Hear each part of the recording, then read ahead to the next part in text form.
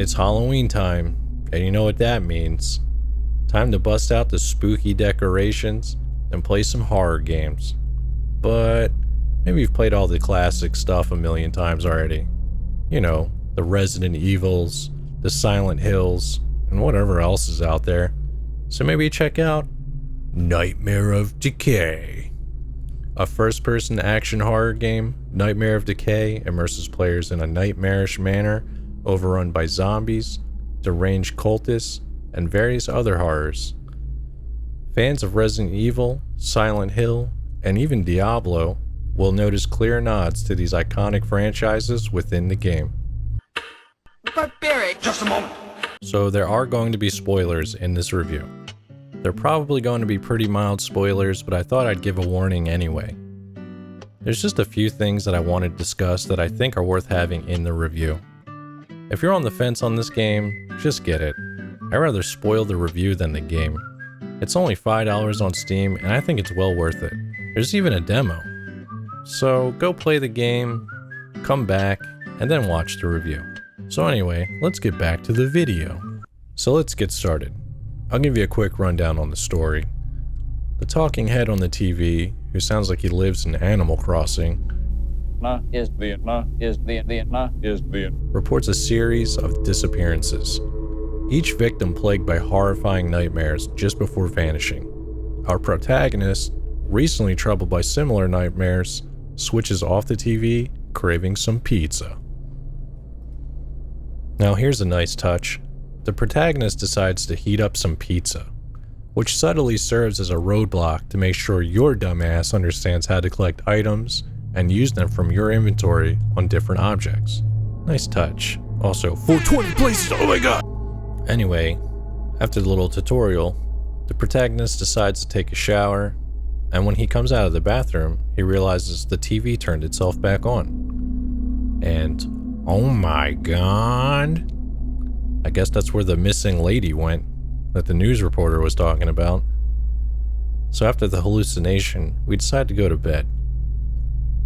And we awake in a freshly dug grave. Which reminds me of the intro to Blood. I live again. So anyway, we look around for a little bit and we run into this cat, who basically tells us that we're fucked. Thanks, man. Reminds me of some other little bitch I know. So anyway, we get this familiar scene. Remember this? Remember Resident Evil? Am I the only one who remembers Resident Evil? Are we just not gonna talk about this Resident Evil reference? Oh my god! Remember Resident Evil? Ah! And geez, speaking of Resident Evil, this is right on the nose. I mean, what a mansion. Before delving deep into my review, I'd like to highlight the map feature in this game. It's exceptional. Whenever you approach a locked door, not only are you informed about the specific key required, like, you know, the diamond key, but this detail is also marked on the map. All locked doors you've encountered, as well as puzzles and other notable elements, are noted on the map. This greatly minimizes unnecessary backtracking. This feature is sorely missed in games like Evil Tonight, which lacks this feature, and in that game, while playing, you frequently find yourself wondering about the locations of certain locked areas or objects, like, where's that piano? Where's that locked drawer again? Where's that fucking stuffed bear? Now, some people argue, well, Evil Tonight is a shorter game. It's a smaller game. It doesn't need a map. It doesn't need these cool features. But I argue it definitely needs that because I'm pretty sure you backtrack way more in Evil Tonight. And Nightmare Decay, I'm pretty sure is a smaller game than Evil Tonight is as far as the length of play. Anyway, my point is, Nightmare Decay, pretty sure it's a shorter game, and it immensely benefits from this feature. And don't get me wrong, I can play these games without these features. Hell, I never even looked at the map in Resident Evil 2 as a teenager, but I think this is an amazing feature, and I think more types of these games should use it. twitch.tv/Jackafur, by the way. And if you made it this far, maybe give my video a like and sub to my YouTube channel, please. Thank you. So let's discuss the graphics. While I don't have much to say on this topic, I genuinely appreciate them. Everything is aptly designed, offering a spooky ambience. To this haunted mansion area, to dungeon-like areas, the graphics remind me significantly of Quake. Beyond the first-person perspective, it possesses a similar chunky graphic style. It's as if someone tried to craft a Resident Evil mod using the Quake 1 engine or something. It's really cool. There are some cool environments in this game too.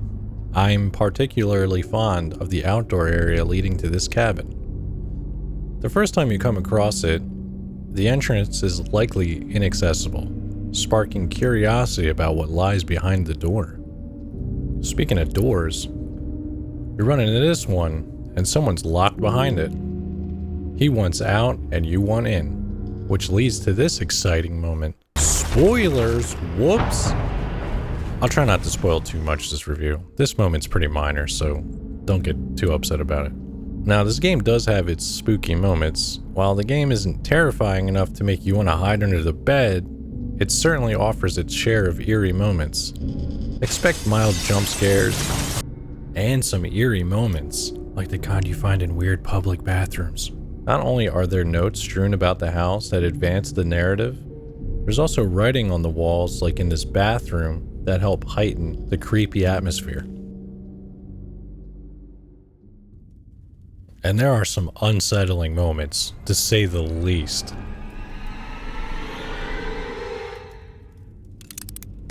Jesus Christ. What the fuck? Oh my god. Oh, Jesus Christ. It's not all doom and gloom though, although I guess this is still gloomy. I actually got a pretty good laugh at this guy in the closet. There's some other funny moments too, but I'm actually going to refrain from spoiling one of them. Okay, let's talk about the gameplay. The game strikes a great balance, allowing players to explore without feeling overwhelmed, especially with the handy map feature I mentioned earlier. You'll be looking for keys and other key items to solve puzzles and open doors, much like any other Resident Evil game. The puzzles are pretty nice, but maybe a little too familiar in some cases. Like this one that I'm totally comfortable showing you because it's literally an exact copy of a Resident Evil 1 puzzle. The puzzles are not brain melters by any means, so if you're looking for something with a Resident Evil feel, but not too difficult, I think this will be right up your alley. So let's talk about the combat. The combat revolves around managing your stamina bar and spacing, which I find works perfectly and is very fun. When you run, it depletes your stamina bar, but only when enemies are around. If there are no threats around, you can sprint freely. You are usually in this kind of dance with the enemies, especially with the knife. Attacking with a knife will slow you down and flat out stop you from running. You'll find that if you backpedal while swinging the knife at zombies, they will easily catch up to you and grab you. The trick is to strike, halt your attack, turn, and then flee. This dynamic is mirrored when using the firearms as well. Shooting and reloading both halt your movement, emphasizing the importance of ensuring adequate space or sufficient stamina to escape and reload. Additionally, there's an aiming mechanic. If you pause before firing, your crosshair narrows, increasing your shot accuracy. It's unclear to me whether this boosts damage or merely tightens aim, but it's a feature worth leveraging in combat. I think these mechanics, especially the stamina bar, instills a sense of urgency and anxiety in players, especially when confronted by large hordes of zombies. There's also a variety of enemies. You've already seen plenty of the zombies, but you also face aggressive dogs that charge directly at you, and they even dodge to the side. There are also cultists who seem like they've been plucked straight out of blood. Armed with guns, they can be quite troublesome if you're caught off guard. There's also these Jason the Argonauts motherfuckers over here, who definitely don't fuck around. Using a crowbar is not advised. Surprise, motherfucker!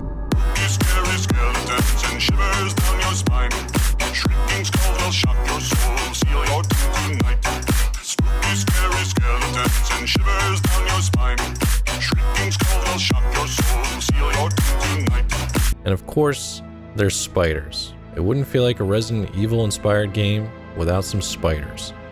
The game also offers boss fights to diversify the gameplay. Personally, I tend to obliterate the bosses quickly, so I can't comment much on their difficulty or mechanics. Perhaps for newer players, these encounters might pose a challenge, but I always had a stash of magnum ammo and dynamite ready for them. I remember that guy that was stuck behind the door? Yeah, well, turns out he's the butcher from Diablo. Even the room he's in resembles the area that the butcher resides. Fresh meat. And of course, there is a finite amount of supplies scattered throughout the game. After all, it is a survival horror game. Ammo and health drinks can be found throughout the game, and personally, I never struggled with ammo, even on my first playthrough. Additionally, this game does not require any items to save. You can save as often as you'd like. While I don't mind having a finite amount of items for saving, newer players will likely appreciate this feature. I haven't touched on the weapons much, but during your playthrough, you'll come across a knife, which is what you start out with, and it functions pretty well. When, especially if you run out of ammo, or you need to conserve ammo, it's handy. You also get a crowbar, which I didn't use that much, and I guess is probably better than a knife, probably has more range. The crowbar also has an overhead attack that you sort of charge up, kind of like in System Shock 2 actually. Get a pistol early on, which is obviously your starting firearm. The shotgun, which, quickly dispatches zombies and is good if you get surrounded. Get the magnum, which I always save for bosses. And you even get dynamite, which is really good for clearing the room. And even holy water. While the arsenal might not be vast and could seem somewhat cliche or generic, every weapon fits the game well enough and functions as you'd expect. So, I got some complaints. Pretty minor stuff though. The only complaints I really have is that maybe this game borrows a little too much from Resident Evil. Not only does it borrow a lot of the same puzzle elements, but some room layouts are lifted straight out of Resident Evil 1. One other gripe I have is you can only bind the weapons to the number keys, or the numerical keys, 1 through 0. I use ESDF and don't like leaving home row. And I like to bind weapons and other things to Q, W, R, A, G, and Z, X, C, V, and B, instead of reaching for 1 through 0. Now, I'm sure some galaxy brain out there is like, but Jackafur, WASD is home row. Why would you bind the buttons to random keys on the keyboard? Well, for starters, WASD absolutely is not home row. Caps A, S, and D are not home row, and that's where I'm assuming most of you put your fingers.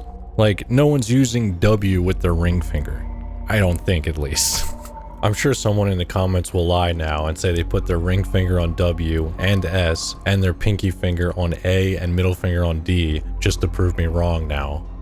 Anyway, I'm not trying to convince anyone to stop using WASD, but sometimes I just hear the worst takes about ESDF. Also, QWR, AG, and ZXCVB aren't random keys. Maybe some think that because they're literally envisioning a bunch of random letters, but just imagine it like in this picture. It's just a grid layout basically, and I just don't want to reach for 1, 2, 3, 4, and 5. One potential criticism from players could be the game's duration. Personally, the length didn't bother me. I finished my initial playthrough in under 3 hours, and I'd rather have a short but sweet game than a game that drags on too long.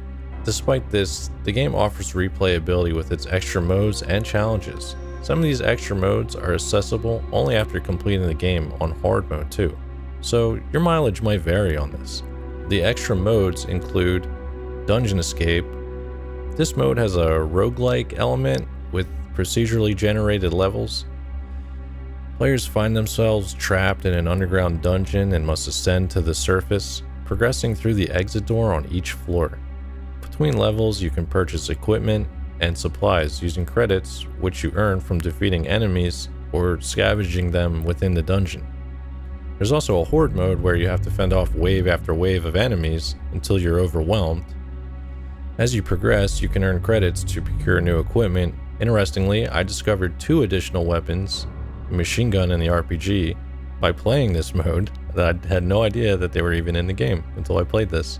By completing 10 rounds in Horde mode, you can unlock an infinite ammo RPG, and finishing the dungeon mode grants you an infinite ammo machine gun for the main campaign as well. There's also a randomizer. This mode is only unlocked after you complete the game on hard, and it'll randomize the enemy placement, weapon, and ammo. However, I don't think there's any way for it to randomize the key items. I haven't unlocked this myself, so I can't really tell you. The game also keeps track of unique challenges, which you can see when you start a new game and hit escape.